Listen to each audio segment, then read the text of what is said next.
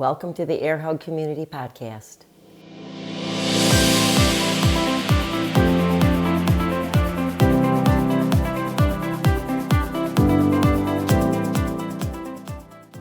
Hey there, welcome to the Air Hug Community Podcast.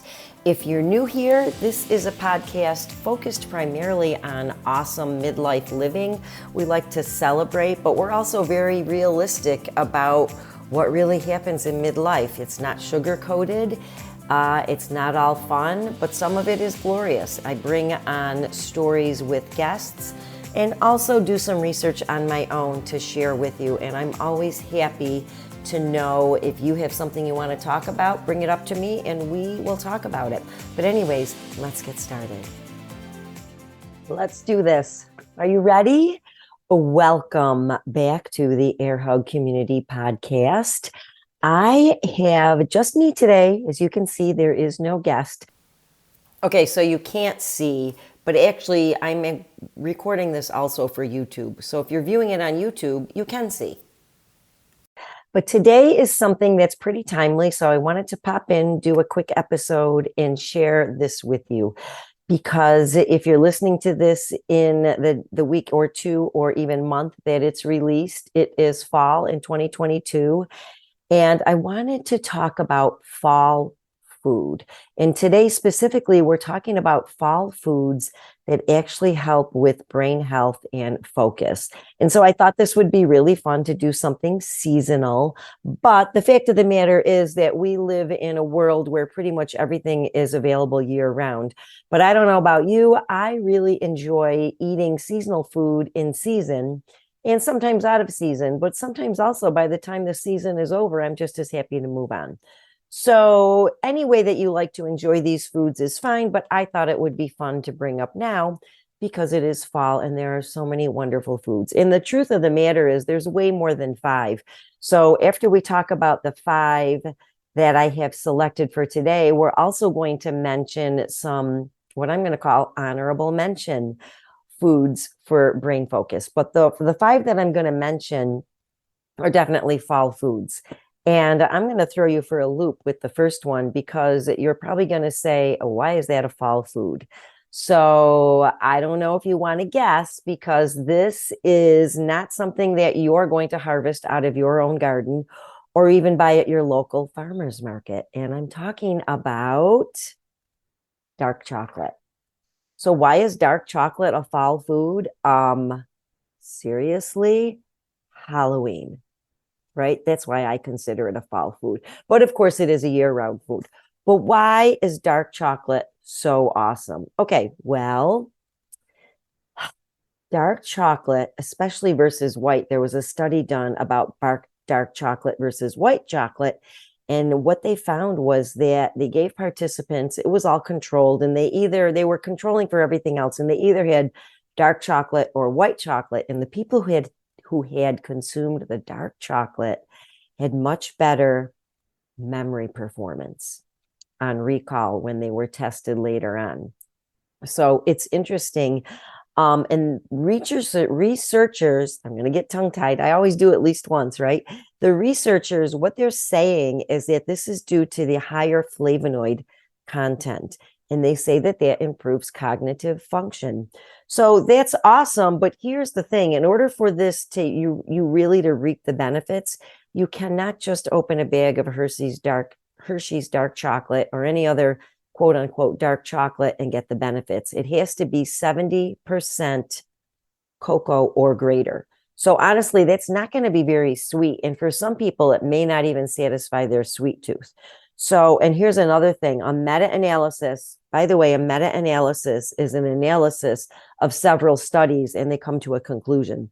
So there was a meta-analysis that suggests not having more than 45 grams per week of dark chocolate. So if you think of a Dove square, I looked it up. Dove squares are such that would be like having 5 dark chocolate. If you can find, I don't even know if Dove chocolate comes in 70%. You can Google that on your own. But if it does, a Dove square, that comes out to 5 squares in a week. So that's not even one a day, folks. So just to keep that in mind, I know there's a lot going around, and we've heard for years that chocolate is good for us, but not a lot of it. So just to keep it in check. All right. Number 2 is berries. Yes, we love berries. Berries are delicious. They are in season in the fall, and they are an awesome source of antioxidants, of fiber, of phytonutrients, vitamins, and minerals. They actually also have been shown to help us retain memory. So bring on the blueberries, right? The fiber is interesting because the fiber is thought to actually help the microbes in our gut, which actually, when you have a good balance of microbes in your gut, believe it or not, it actually contributes to lower inflammation in your brain. So healthy gut, healthy brain. I kind of like that, don't you? Yeah, I do. Anyways, other benefits associated with berry consumption equal slow cognitive decline, and that's due to the flavonoids that are present. And they also help to prevent oxidative stress. So because most people know them as an antioxidant, and that's the role of an antioxidant, is preventing oxidative stress. So they can also help, this is a cool one, reduce the symptoms of anxiety. How cool is that? I think that's so cool. Let's move on. All right, number 3. This one is probably no surprise, and you've probably heard it in all sorts of healthy nutrition talks. But of course, it's coming back into season. In the summer, we kind of get away from it because it's a little bit hot. But now in the fall months, leafy greens are coming back into season. And they are awesome because they contain something called folate, which is a B vitamin. Okay, and this supports neural development and neurotransmitter function. So it's also associated with a decrease in depression. Yay. And it helps with cognitive aging. So what kind of leafy greens are we talking about? Oh, the dark ones mostly. Arugula, spinach, kale, watercress, Swiss chard, collard greens. And just think about this. They don't all have to be in salads. Yes, of course, they're delicious in salads, but think about adding them to a smoothie. I used to make a smoothie one summer, one year. One of my favorite smoothies had fresh peach and arugula in it. Oh my gosh. And peaches are still in season in the fall. Delicious. All of these greens you could put into smoothies. You could wrap them in burritos. You could put them in sandwich wraps. You could use them in pasta, one of our favorite ways to do it, and also top your pizza with loads of them. You know, they cook down to nothing. So you could put a lot of them on your pizza if you were interested. I'm interested. Sign me up. So, yep. All right. Number 4 is pumpkin, probably what has become a very popular fall food in recent years. And I don't know if that's because of all the marketing around all the specialty pumpkin coffee drinks, but pumpkin on its own is an awesome source of potassium. And that's really very helpful in regulating our blood pressure. So that is anything that helps regulate our blood pressure is helpful in reducing our risk for having a stroke, and also is great for, of course, coronary artery disease and heart disease. So, but it also has something called, I have to look at my notes, casternoids. And these are a family of antioxidants that can also help prevent heart disease. So casternoids, polysaccharides, phytosterol, I know, and peptides, all of these compounds that are found in pumpkin flesh naturally work. Okay. They actually work together to eliminate inflammation. And anytime you can decrease brain inflammation, you're actually helping your brain to function better. And that's the point of this, right? That's what we're talking about. Okay. Number 5 is pumpkin seeds. So don't throw away those seeds when you carve your jack-o'-lantern, okay?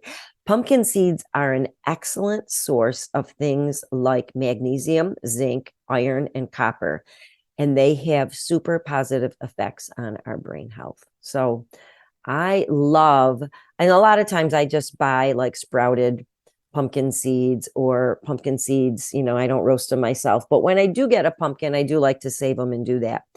And they are delicious on salads. You know, you can also top your pasta with them, put them in your sandwich wraps. Let's say you're making a wrap with like a lovely whole grain wrap. Then you're going to line it with maybe your favorite dark leafy green. Maybe it's spinach, a nice mild flavor. And then you're going to put your favorite protein in, sprinkle it with some pumpkin seeds, roll it up, and oh my gosh, that's a great wrap. Anyways, just a suggestion, right? All right, let's move on to the honorable mentions. All right, this is something that comes into harvest in the fall, but it's available year round. So I put it in the honorable mention category because a lot of people don't think of it as, and of course you can always get it in your grocer's freezer, but I'm talking about broccoli. Broccoli is an awesome food. Broccoli is high in, once again, antioxidants, anti-inflammatories, and vitamin K. And all these things may actually protect your brain health. So vitamin K is really cool because it's a fat soluble vitamin, which means that it can really help because it can, let me look at my notes for a minute. Okay, everybody. I can't do the up, down, up, down. All right. So it's a densely packed fat into brain cells. In a study of older adults found that higher intake of vitamin K was linked to better memory. So that's what we're talking about. Yay. I'm all about that. And I'm sure you are too. Okay, here's another one that definitely is, I would consider it a fall food, but also we're going to call it honorable mention because it's around year round, and that's grapes. Grapes contain antioxidants and resveratrol, and studies show that grapes actually may boost memory and brain health and decrease a risk for Alzheimer's. So I love that, right? That's a great one. So, and I know some people who worry about some fruits that are high in sugars. Don't worry about it. You're going to have a serving of grapes once in a while. It's not going to kill you. I talked about this with someone the other day. Hint, hint, you might see it in a future podcast, how some people think the only fruits you can eat are like berries or some other fruit because they're the only ones that are good for you. Not true. Pretty much any whole fruit is good for you. So today we're just pointing out grapes because they are great for being linked to minimizing our risk for Alzheimer's. Okay, another honorable mention is coffee. And again, we don't think of coffee as a fall food, but I do want to talk about it in respect to brain health. Coffee and green tea as well, as we know, both have caffeine and antioxidants, and they actually support brain health. The caffeine, of course, improves our alertness and improves our mood and helps us have sharper concentration. I mean, what's wrong with that? Of course, here's the other side. You have to be careful because if you get to that point where you want to fall asleep, caffeine could affect you negatively in that regard. So you have to kind of figure out when the last amount of caffeine for you is during the day. And we all metabolize caffeine differently. So the best thing that you can do is just do trial and error. You don't need an expensive study to say, I metabolize caffeine in 8 hours and my sister does in 12. It doesn't matter. Figure it out for yourself. Just, I personally have realized that my cutoff is, I have a certain cutoff during the day and I try to stay away from it. And that's how you do it. Okay. We don't have to get too fancy about these things. Green tea has something else called L-theanine, which is an amino acid. And this is interesting because it crosses the blood-brain barrier.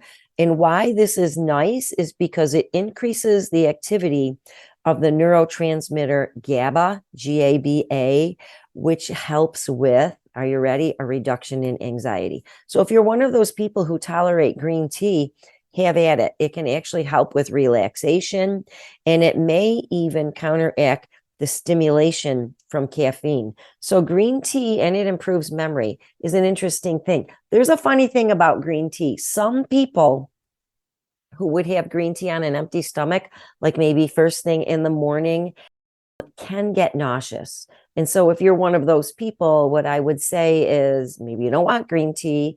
It's not the end of the world if you don't have it, or maybe you only want it on a full stomach. Like I personally don't mind it maybe after lunch. I'm one of those people who have to have it on a full stomach only, or it's just nauseating. Nothing you can do about it. And then I have one more, and that is, again, not a fall food, but maybe a fall food. But to us, it's available year round. But that is nuts. And you know, it's funny, when I was growing up, I remember other than peanuts and party nuts, like whole nuts only being available in the fall in the grocery store. And they were something that my mother always put in our Thanksgiving centerpiece as part of like a harvest cornucopia thing. But I digress. Nuts, I'm sure you would have to be living under a rock to not have heard by now that nuts can be very beneficial to heart health. And actually, heart health is linked to brain health. So there was a study of women who regularly ate nuts over the years, and it showed them to have sharper memory, all right, compared to those who didn't. Nuts are high in vitamin E, a healthy fat, and antioxidant. And here's the thing, nuts are also very high in energy, aka calories. And so just because they're good for us doesn't mean that if a little is good, more is better. In fact, a great rule of thumb for most people, I would say, most people, 90% of the people, I don't know, I don't have a number for that, but a great rule of thumb is not to exceed a quarter cup of day. So of nuts, and that is roughly an ounce. So if you like to measure your food, go with an ounce. If you like to, weigh your food. If you like to measure, go with a quarter cup. That's one thing that there are certain foods, like for me, and you can do things however you want, but I have found that certain foods definitely do better with measuring versus eyeballing it, and a little bit off can make a big difference as far as nuts go. So when I do eat nuts, I do prefer to measure them. And again, you could put them on salads, wraps. You could top your pasta with them. You could put them in all sorts of different foods. You could do something like cashew chicken, sprinkle a little on. And they're awesome. That's all I got to say.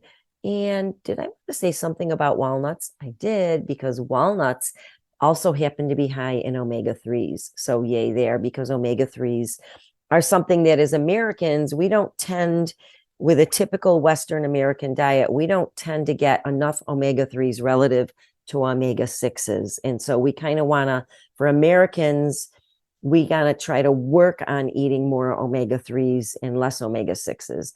Other parts of the world may be a little bit different, but a lot of that has to do with the convenience foods that are available to us. Omega-6s are much more abundant in those types of foods. So listen, happy fall. I hope you enjoy your fall. I hope this helped you. Yes, there are so many other foods that are wonderful for us. I did tell someone that I was going to mention turmeric in a future podcast, so I'm going to bring up turmeric really quick. But turmeric is kind of weird, because if you're not into supplements, it would be hard to eat enough turmeric to get benefit. But turmeric is great because of a compound in it called curcumin, and that's a very powerful anti-inflammatory. And it's great alone, but it's even much, much better taken with black pepper, because it actually helps. There's something in black pepper called piperine, and that actually helps activate the curcumin, and it increases the bioavailability. It increases the chances that we're actually going to use that curcumin in our physiology. The thing is, yeah, you can add it to things like rice and potatoes and oatmeal and butternut squash and poultry dishes and I don't know, whatever you want. But the thing is, you may not actually get enough to reap the benefits. And I know all the rage right now is turmeric and black pepper tea. I'm not into it. But if you are, I'm happy for you. If you want to take a supplement with turmeric, the one thing I always say about supplements is do your research and make sure that they are third party independently verified, so that there's nothing in the compound that's not on the label. We just want to make sure. And there are one of the third party companies that you could do is USP, US Pharmacopoeia, and it will have a green USP seal on the label. There are other ones as well, and you're welcome to Google that to find that out. Real quick, the reason you want to do that is because supplements are not regulated by the food and drug industry. In fact, they're not regulated by any industry. And so you have to do the regulating on yourself and make sure that what you're getting is what you think you're getting. Okay, let's get back to where we were. I love fall. I hope you do too. I think fall food is exciting. It's amazing. By the way, Pumpkin smoothies are awesome. I love pumpkin smoothies with a little bit of unsweetened cocoa, and sometimes I'll even put in a little bit of espresso. And there's 3 of the foods right there. Ready? One of the things I haven't been able to do, maybe your palate can do it, but I have not put leafy greens in my smoothie when I have pumpkin. I don't know. I just can't go there. I just can't go there. But anyways, if you want to, go ahead. I hope this was helpful to you. Our next podcast is also going to be a food-related podcast. It's going to be gentle. I'm not into the shoulds and should nots and the abstinence and the this and that. I think you're going to find it to be a very interesting conversation. So tune in every Tuesday. I will see you back here on the Air Hug Community Podcast.